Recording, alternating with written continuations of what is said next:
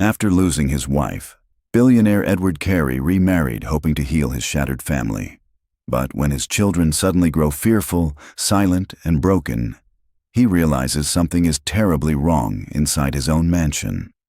Unable to get the truth from them, and suspecting that his new wife is hiding a dark side no one else can see, Edward takes the unthinkable step. He fakes a business trip, disguises himself as the gardener, and secretly watches his own home from the shadows. What he uncovers isn't just abuse. It's a calculated plot to destroy him, steal his empire, and break his children beyond repair. And the only way to save them is to let the monster believe she's already won. A billionaire stands outside his children's bedroom door at 3 a.m, his hand frozen on the doorknob, unable to turn it. Inside, he can hear his 8-year-old son whimpering in his sleep. The sound cuts through him like glass. Because 6 months ago, his children used to laugh. They used to run to him when he came home. They used to fill this mansion with joy. Now they flinch at footsteps. Now they stay silent at dinner. Now they look at him with eyes that beg for help but mouths that won't speak the words. And the worst part? He doesn't know why. He doesn't know what changed, but he's about to find out, even if it means becoming invisible in his own home. His name is Edward Carey, and 2 years ago he buried the love of his life. Cancer took her slowly, painfully, and when she finally slipped away, she left behind 3 shattered hearts. His 10-year-old daughter Kaya stopped speaking for weeks. His son Aiden cried himself to sleep every night for months. And Edward, he drowned in grief so deep he could barely function. The mansion that once echoed with laughter became a tomb. Meals were eaten in silence. Bedtime stories stopped.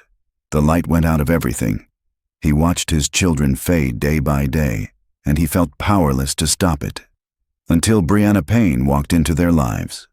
She came as a volunteer at a grief support group, her smile warm and genuine, her words soft and understanding. She didn't push. She didn't pry. She just listened. And slowly, carefully, she became part of their world. She brought cookies for the children. She made them laugh again. She reminded Edward that healing was possible, that life could continue, that love didn't have to die with his wife. 6 months of gentle courtship led to a quiet proposal. The children seemed happy about it. Kaya even hugged Brianna and called her almost mom. So Edward said yes to hope, yes to a second chance, yes to believing his family could be whole again. The wedding was small, elegant, perfect. Brianna moved into the mansion, and for exactly 2 weeks, everything felt right. She made breakfast with the kids. She helped with homework. She tucked them in at night. Edward allowed himself to breathe for the first time in 2 years.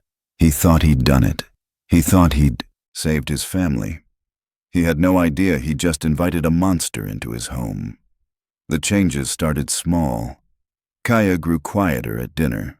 Aiden stopped talking about his day at school. When Edward asked if everything was okay, Brianna would smile and say they were just adjusting, that blended families took time, that he shouldn't worry so much. And he believed her. Because why wouldn't he? She was kind to him. She was affectionate. She played the perfect wife every single day. But his children kept shrinking. Their smiles became rare. Their laughter disappeared entirely. They started spending more time in their rooms, doors closed, lights off. When he asked them directly if something was wrong, they'd glance at Brianna and shake their heads. "No, Dad, everything's fine." But everything was not fine. He could feel it in his bones. The house felt wrong. The air felt heavy. His children looked at him like they were drowning, and he was standing on the shore, watching. Then came the moment that changed everything. He came home early from a meeting, his car pulling into the circular driveway 2 hours ahead of schedule. As he stepped through the front door, he heard raised voices from upstairs. Brianna's voice, sharp and cold. Nothing like the gentle tone she used around him. Then a child crying.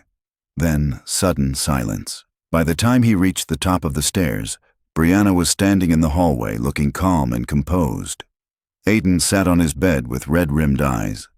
And Faye, The maid, who'd worked for the family for 5 years, stood frozen against the wall, looking absolutely terrified. Edward asked what happened. Brianna smiled sweetly and explained that Aiden had thrown a tantrum over homework, that she'd simply sent him to his room to calm down, that it was nothing to worry about, just normal parenting. But Aiden wouldn't look at him. And Faye's hands were shaking, and for the first time since remarrying, Edward felt ice in his stomach. He didn't believe her. He pulled Aiden aside later that evening and asked gently what really happened. His son opened his mouth to speak, then looked toward the door where Brianna's shadow passed by and whispered, "I can't tell you, Dad. Please don't make me tell you." The fear in his child's voice shattered something inside Edward. That night, he lay awake beside his wife, studying her sleeping face, wondering who she really was. In the morning, he called his lawyer and oldest friend Scott Wilkinson to an urgent meeting at a coffee shop across town. Scott listened as Edward explained the changes, the fear, the silences, the gut feeling that something terrible was happening under his own roof, but he couldn't see it. Scott asked the obvious question, why not just confront her? Why not demand answers? Edward shook his head. Because she'll lie. Because the children are too afraid to speak. Because I need proof. I need to see what happens when I'm not there. Scott leaned back and asked quietly, "What exactly are you suggesting?" Edward's answer shocked him into silence. "I'm going to disappear. I'm going to fake a business trip. And I'm going to come back disguised as the new gardener. I'm going to watch my own home like a stranger. Because that's the only way I'll see the truth." Scott tried to talk him out of it. Called it extreme, dangerous, potentially unnecessary. But Edward's mind was made. 2 days later, a new identity was created. Miguel Santos, a gardener with impeccable references and broken English. Brianna was told about an urgent 3-week business trip to Singapore. She kissed him goodbye at the door, told him not to worry about the children, promised everything would be perfect while he was gone. He hugged Kaya and Aiden tight, whispered that he loved them, and walked out the front door with his suitcase. Then he drove to Scott's house, shaved his beard into a different style, dyed his hair darker, put in colored contact lenses, and practiced hunching his posture to seem shorter. 24 hours later, Miguel Santos rang the service entrance bell and was hired on the spot by Brianna to maintain the gardens while the regular staff was on vacation. She barely looked at him. Just another servant. Just another invisible body to keep the grounds pristine. She had no idea the man trimming her roses was her husband. No idea the gardener outside her window was watching every single move she made. And on his first morning, as Edward knelt in the flower beds pretending to work, Brianna stepped onto the terrace with her phone pressed to her ear. She was calling him. Calling Edward. Her voice dripped with sweetness as she cooed into the phone about how much she missed him already, how the children were doing wonderfully, how he shouldn't worry about a thing back home. And as she spoke those beautiful lies, Edward looked up from the dirt and watched her face, watched the coldness in her eyes, watched the way she glanced back into the house with barely concealed contempt. And in that moment, standing 15 feet away from his own wife who didn't recognize him, he thought one thing: God is watching you, and so am I. The mask came off the second his car supposedly left for the airport. Edward watched through the kitchen window as Brianna's entire demeanor shifted. The gentle smile vanished. The soft voice hardened. She snapped at Kaya for leaving a cup on the counter. She grabbed Aiden's arm roughly when he walked too slowly. She ordered Faye around like a dog. And the children, his babies, just took it. Heads down, voices silent, obedient through terror. Edward's hands clenched around the garden shears as rage flooded his chest, but he couldn't move. Couldn't reveal himself. Not yet. He'd come this far. He had to see it all. Every morning became a nightmare. Brianna would call him while he stood in the garden listening. "Hi, love," she'd say. "Everything is perfect here. The kids are happy. You don't have to worry." Then she'd hang up and scream at Kaya for breathing too loudly. She'd lock Aiden in his room for asking for a snack. She'd threaten to send them to boarding school if they cried. And through it all, Edward watched, documented, recorded, died inside piece by piece. But there was one person who kept his children from breaking completely. Faye, the maid he'd barely noticed before. She became their shield. When Brianna raised her hand, Faye stepped between. When the children were sent to bed without dinner, Faye snuck them food. When Kaya cried in the bathroom, Faye held her and whispered that this wouldn't last forever. Edward realized with crushing guilt that a woman he paid $30 an hour had been more of a parent to his children than he'd been in months. Then, on day 7 of his disappearance, Edward saw something that made his blood run cold. Late at night, after everyone had gone to bed, a man slipped through the side gate. Young, handsome, moving with the confidence of someone who belonged.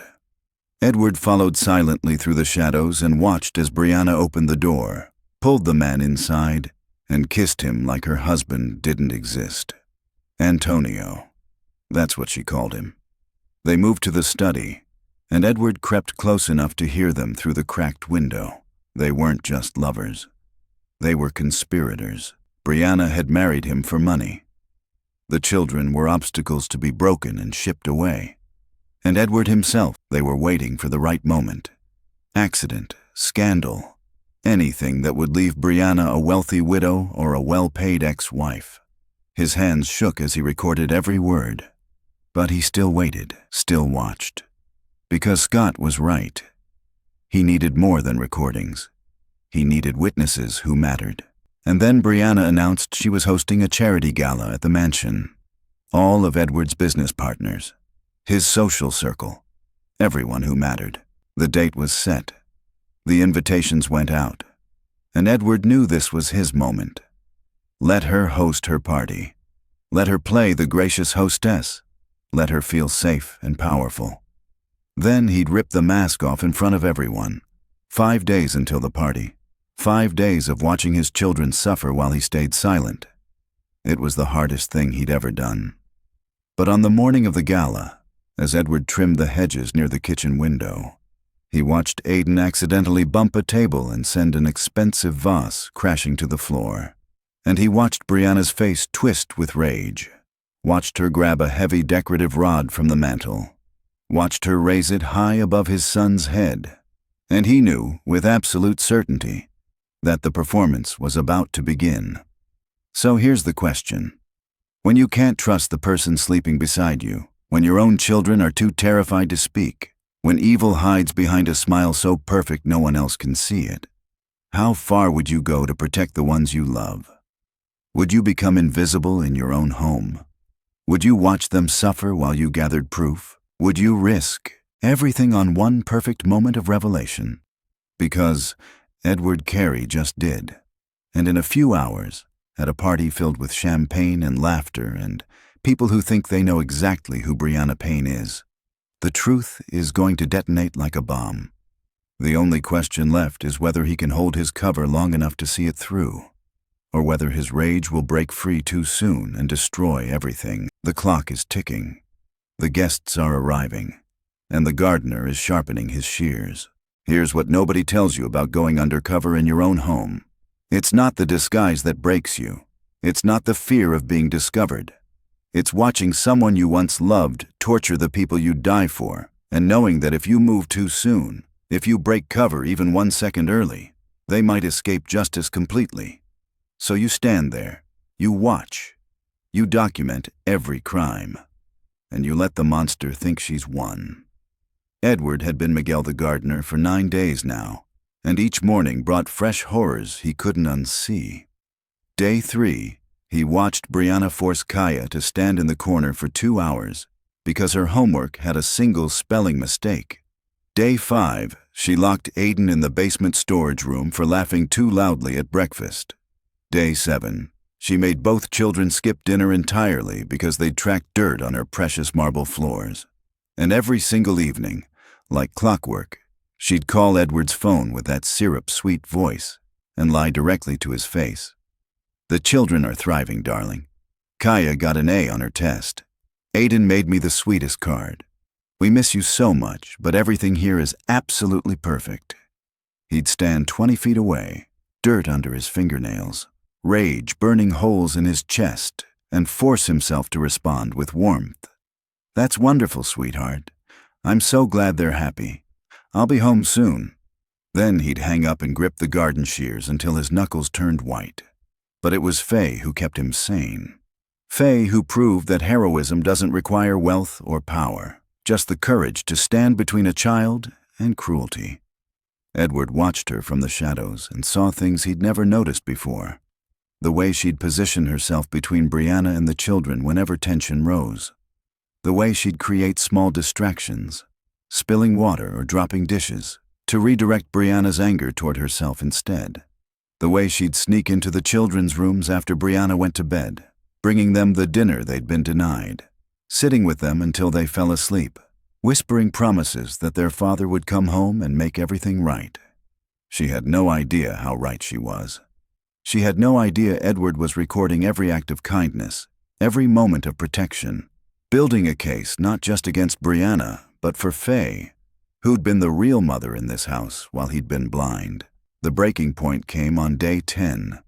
Edward was trimming roses near the library windows when he heard the side gate creak open. It was 11 at night. The children were asleep. Brianna should have been in bed. But instead, she was opening the door for a man Edward had never seen before. Tall, mid-30s, expensive watch, the kind of smile that screamed con artist from a mile away. Brianna pulled him inside, and Edward's stomach dropped. He moved silently along the exterior wall, staying in shadows, until he reached the study window that Brianna always left slightly open for air. And what he heard next turned his blood to ice. The man's name was Antonio Acosta, and he wasn't just Brianna's lover. He was her partner, her accomplice, her reason for everything. Edward pressed himself against the wall and listened as they spoke in low, intimate tones about their plan. Brianna had never loved him, had never wanted to be a mother. She'd researched wealthy widowers, found Edward at his most vulnerable, and played her role perfectly. The grief support group wasn't chance. It was strategy. Every kind word, every gentle touch, every moment that made him think she was his salvation had been calculated manipulation. She'd married him for one reason only: money. The kind of generational wealth that could set her and Antonio up for life. And the children. Antonio laughed when he said it. "The brats are just in the way. Once we get them broken down enough, shipped off to boarding school, we can focus on the real prize. Edward's inheritance, his assets, his empire." But here's where it got darker. They weren't planning to wait for a natural end to the marriage. Brianna spoke casually about arranging an accident. Something that would look tragic, but leave her as a grieving widow with full access to everything. Or better yet, drive him to such emotional instability that he'd seem unfit, that she could claim abandonment or abuse, that the courts would side with her. Antonio suggested they speed up the timeline. The kids are already terrified. A few more months of pressure and they'll be begging to leave. Then Edward becomes the problem. And problems can be solved. They laughed about it. Actually laughed. Like Edward's life was a minor inconvenience to be cleared away. Edward stood outside that window, recording every word on his phone, and felt something crystallize inside him. This wasn't just about divorce anymore. This was about survival. His children's survival, his own survival, and the complete destruction of two people who'd looked at his family's grief and seen opportunity. But he couldn't move yet, couldn't reveal himself, because recordings alone wouldn't be enough. Brianna could claim they were faked, taken out of context, that Edward was unstable from grief. He needed witnesses, public witnesses, people whose testimony couldn't be dismissed. So he stayed in the shadows while Antonio kissed his wife goodbye and slipped back into the night. Stayed silent while Brianna locked up and went to bed beside Edward's empty side of the mattress. Stayed invisible while his rage built into something cold and precise and absolutely lethal. The next morning, Brianna announced she was hosting a charity gala at the mansion. Some cause she pretended to care about. Childhood literacy or cancer research. Edward couldn't remember and didn't care. What mattered was the guest list 200 people. Edward's business partners, his investors, his friends, the city's elite. Everyone who knew the Carey name and respected it. Brianna saw it as her debut as the perfect society wife. Edward saw it as her execution. He called Scott from a burner phone and laid out the plan. Let her host the party. Let her feel safe and celebrated. Then, in front of everyone who matters, we rip the mask off.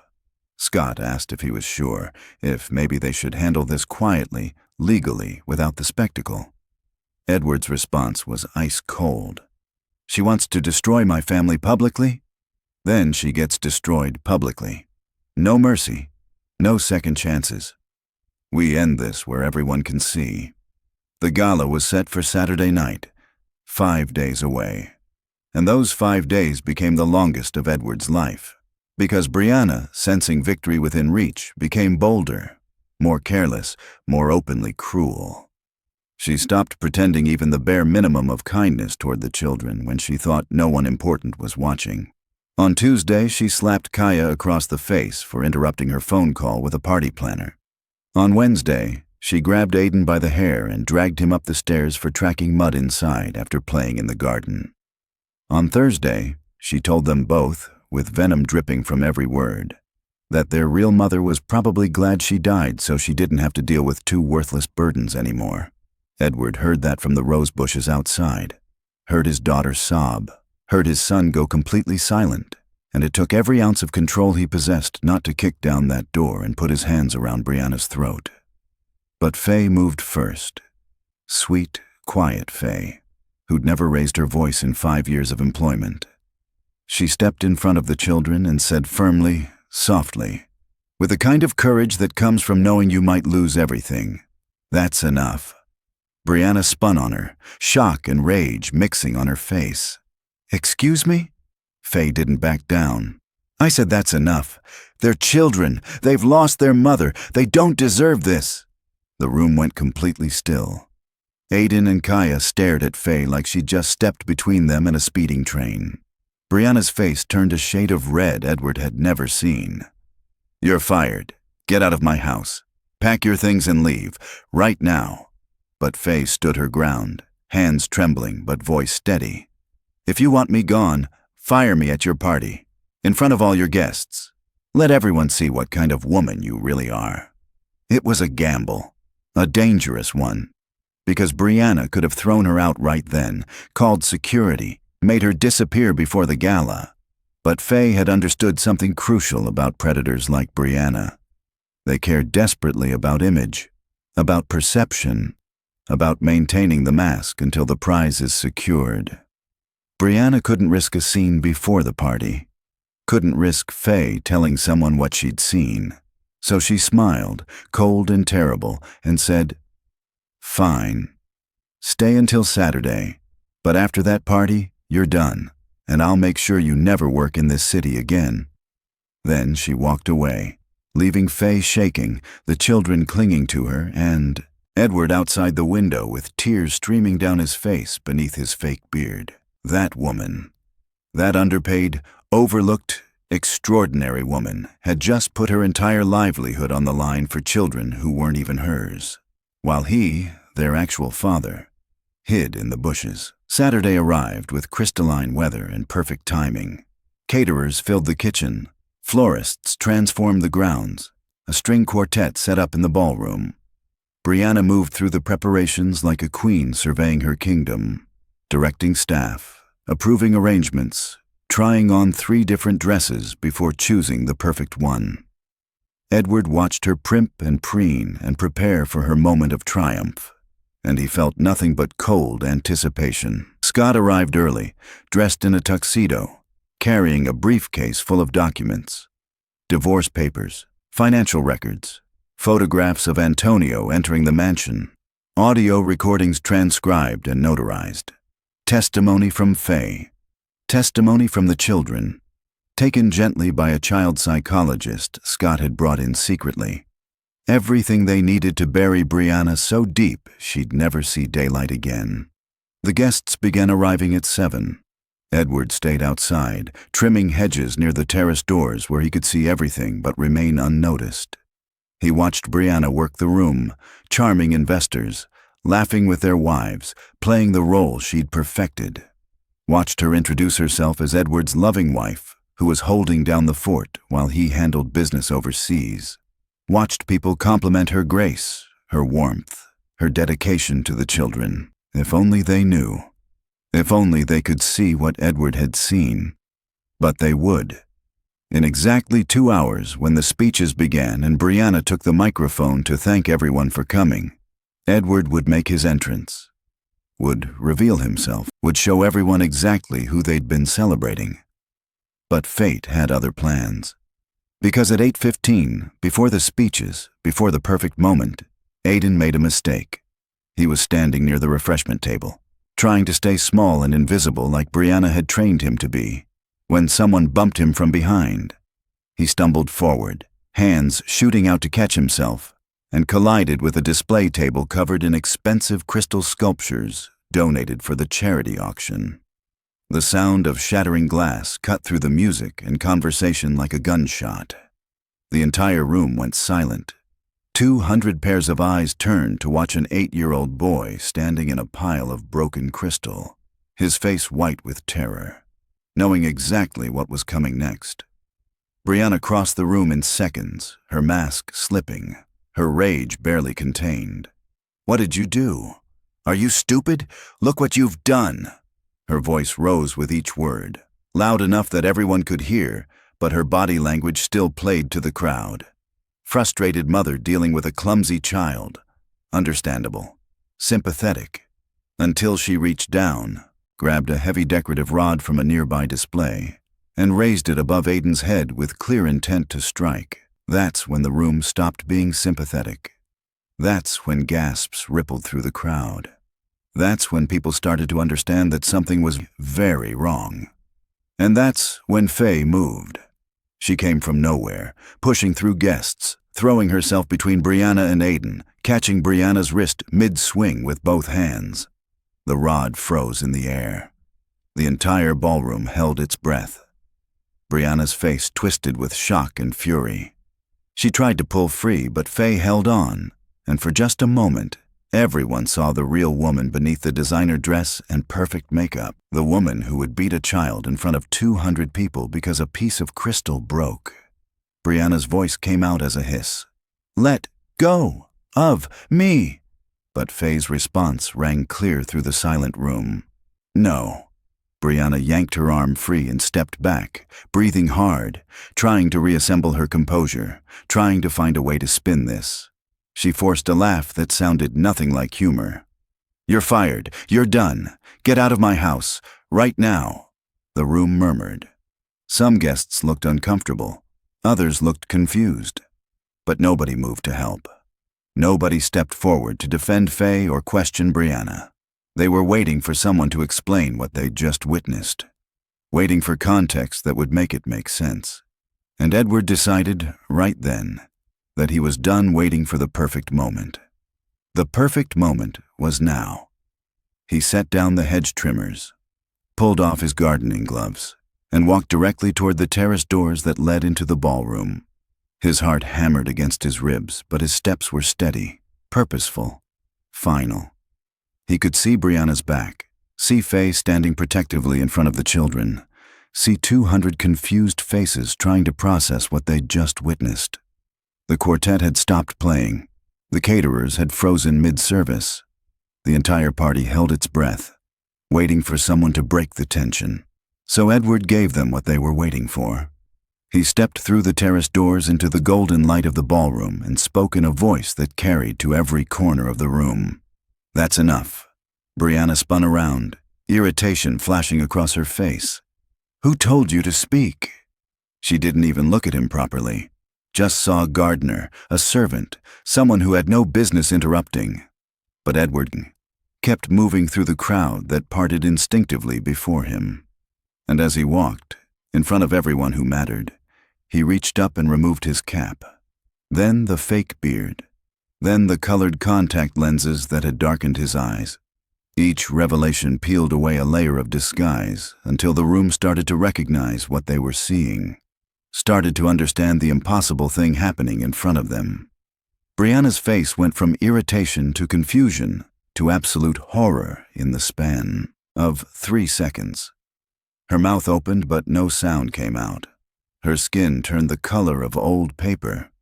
Because standing 10 feet away from her, in gardener's clothes covered in dirt, was her husband. Was Edward Carey.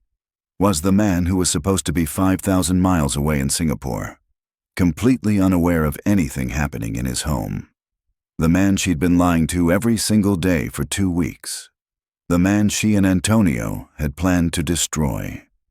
Except he wasn't in Singapore. He'd never left. He'd been here the entire time, watching every moment, recording every crime, waiting for exactly this. Someone in the crowd gasped. Then another. Then the murmur built into a wave of shock that rolled through the ballroom as 200 people realized simultaneously what they were witnessing. Edward let them process it. Let the horror build. Let Brianna stand there paralyzed while her world collapsed in real time. And then, in the voice of a man who died and been reborn as something harder, something colder, something absolutely done with mercy, he spoke. "Hello, Brianna. Did you miss me?" The room erupted. But through the chaos, through the shocked exclamations and confused questions, Edward kept his eyes locked on his wife's face, watching her scramble for an explanation, watching her try to reassemble the mask, watching her fail. And in that moment, standing in a ballroom full of witnesses with Scott Wilkinson stepping forward, holding a briefcase full of evidence, Edward knew one thing with absolute certainty. The unmasking had begun. And before this night ended, everyone would see exactly what kind of monster he'd married. But here's the question that matters. When you've been exposed in front of everyone who could destroy your reputation, when the man you tried to fool is standing in front of you holding evidence of everything you've done, when 200 witnesses just watched you try to beat a child, what do? Do you confess? Do you run? Do you double down and try to lie your way out even when the truth is standing right in front of you?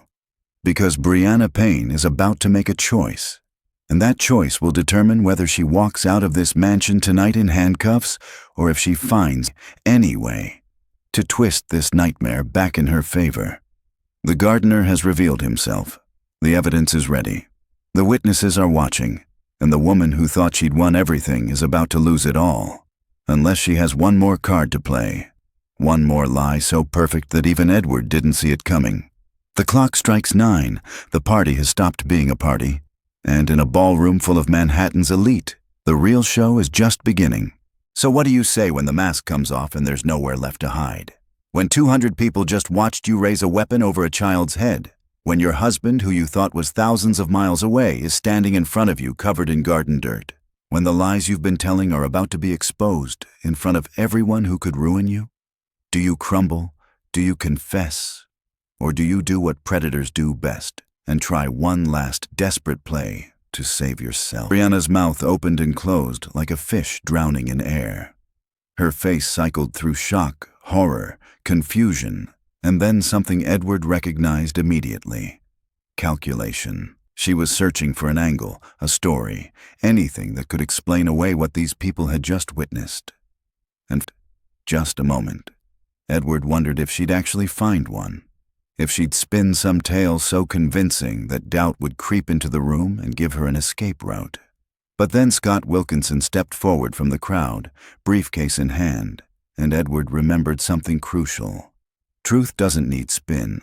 Truth just needs witnesses. Brianna found her voice, shaky but defiant. "Edward, I don't understand. You were supposed to be. Why are you dressed like... This is insane. You abandoned your family and now you're..." Her words tangled over themselves, grasping for coherence, for sympathy, for anything that would shift the room's attention away from what they'd seen. But Edward didn't let her finish. He cut through her stammering with a voice so calm it was terrifying. "Gone? Yes, I was supposed to be gone. And every single day I was supposedly in Singapore, you called me. You told me the children were happy. You told me everything was perfect. You told me not to worry." His voice grew harder with each sentence. "Meanwhile, I was here, in my own home, watching everything, every lie, every cruelty, every moment you thought no one could see. The room went dead silent. You could hear the crystal chandelier humming above them. You could hear someone's champagne glass trembling against their hand. Brianna's face drained of color as the full weight of his words landed. He'd been here, the whole time, watching, recording, knowing. Every phone call where she'd lied, every moment she'd abused his children. Every night Antonio had slipped through the side gate. Edward had seen it all. She opened her mouth again, but nothing came out because there was nothing left to say. No lie big enough, no explanation smooth enough. She'd been caught, completely and irrevocably, in front of everyone who mattered. Scott opened his briefcase and pulled out a folder thick with documents. His voice carried the clinical precision of a lawyer delivering a death sentence. Mrs. Carey, or should I say Ms. Payne, since this marriage is about to be annulled, these are divorce papers citing abuse, fraud, and violation of the prenuptial agreement, which explicitly states that any form of child endangerment voids all inheritance and alimony claims. He handed her the folder, but she didn't take it, so it fell to the floor between them. Scott continued without pause. We also have photographic evidence of Antonio Acosta entering this residence on multiple occasions. Audio recordings of conversations between you and Mr. Acosta discussing your plans to, and I quote, get rid of the problem, meaning my client. Testimony from Faye Rosas documenting months of systematic abuse. And statements from both children taken by a licensed child psychologist. Would you like me to continue, or would you prefer to leave quietly? Brianna staggered backward, her heel catching on her dress. Someone in the crowd whispered, "Oh my God." Someone else pulled out their phone. The story was already spreading. Texts flying, social media posts forming, the destruction happening in real time. Edward watched his wife, this woman he'd trusted with his children's lives, crumble in front of Manhattan's elite, and he felt nothing. No satisfaction, no triumph. Just cold, complete finality. He looked directly at her and spoke the words he'd been rehearsing in his head for 2 weeks. You inherit nothing. You get nothing. You leave with exactly what you brought into this family. Which, as we both know now, was lies. Brianna's legs gave out. She caught herself on a chair, breathing hard, mascara starting to run. And that's when she made her final mistake.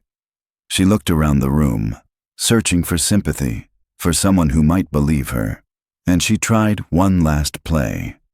Her voice came out broken, desperate, the performance of a lifetime. I was trying to help them. They were out of control. He left me alone with them for weeks. I was doing my best, and he's been spying on me. Stalking his own home. She's lying. That maid is lying. I never. But the room had already made its judgment, because they'd seen it with their own eyes. Seen her raise that rod. Seen the terror on Aiden's face. Seen Faye throw herself between a child and violence. No amount of spin could erase what they'd witnessed. Edward turned away from her, dismissing her completely, and walked to where his children stood behind Faye. He knelt down in front of them, still in his gardener's clothes, and opened his arms. For a moment, they just stared, confused, frightened, unsure if this was real or another trick. Then Kaya whispered, "Daddy?" and Edward nodded, tears finally breaking free. "It's me. I'm here. I'm so sorry I couldn't protect you, but I see you now. I see everything now." They crashed into him, both of them, sobbing into his shoulders while 200 people watched a father hold his children for the first time in months without fear between them. Faye stood above them, tears streaming down her face, and Edward looked up at her with gratitude so profound he couldn't speak. So he just reached out his hand and she took it, and he pulled her into the embrace, because she'd earned it. She'd been the real hero while he'd been. Security escorted Brianna from the mansion 20 minutes later. She left in a police car after someone in the crowd, horrified by what they'd learned, had called Child Protective Services. Antonio Acosta was picked up that same night trying to board a flight to Mexico. The story hit the news by morning. Billionaire goes undercover in own home to expose abusive wife. It became the talk of the city, the state, the country. But Edward didn't care about the headlines. He cared about the morning 3 weeks later when Aiden laughed at breakfast. Really laughed.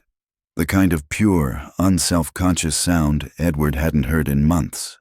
He cared about Kaya asking if they could get a dog, her voice hopeful instead of frightened. He cared about Faye sitting at the table with them. No longer an employee, but family. The woman who'd protected his children when he'd failed to. The mansion felt different now. Lighter. Like something heavy had been lifted from the walls. The children started therapy, processing trauma that should never have touched them. Edward joined them, working through his own guilt, his blindness, his failure to see what was happening under his own roof. And slowly, carefully, the Carey family began to heal. Not back to what they were before, because you can't erase that kind of damage, but forward into something new. Something built on truth instead of illusion, on presence instead of absence, on love that showed up even when it was hard, especially when it was hard. Faye became the children's full-time nanny with a salary that reflected her true value. She got her own suite in the mansion, respect from Edward, and the children's absolute devotion, because she'd proven something that money can't buy. That real love means standing between a child and danger, even when it costs you everything. Edward learned something too. That wealth without awareness is worthless. That you can have all the money in the world and still fail at the only thing that matters. That being truly present is the greatest gift you can give the people you love. 6 months later, on a Sunday morning, Edward stood in his children's doorway watching them sleep. Just like he had that first night when everything felt wrong. But this time, the heaviness was gone. This time, he knew what was happening in his own home. This time, his children were safe. And as he turned to walk downstairs where Faye was making pancakes and the house smelled like home again, Edward thought about the gardener he'd become. The man who'd made himself invisible to see the truth. The man who'd lost everything he thought he knew and found what actually mattered. So here's my question for you. What would you have done? Would you have gone undercover in your own life to find the truth? Would you have had the courage to watch and wait and trust the process? Or would you have confronted the problem head-on and risked losing everything? Drop your answer in the comments below because I want to know. Would you become the gardener to save your family? And if you found this story as powerful as I did, hit that like button and subscribe, because we're diving into more stories of people who risked everything to protect what matters most. Next week, we're exploring the CEO who faked his own bankruptcy to discover which employees were loyal and which were sharks. You won't want to miss it. Until then, remember this. The truth always costs something, but lies cost everything. I'll see you in the next one.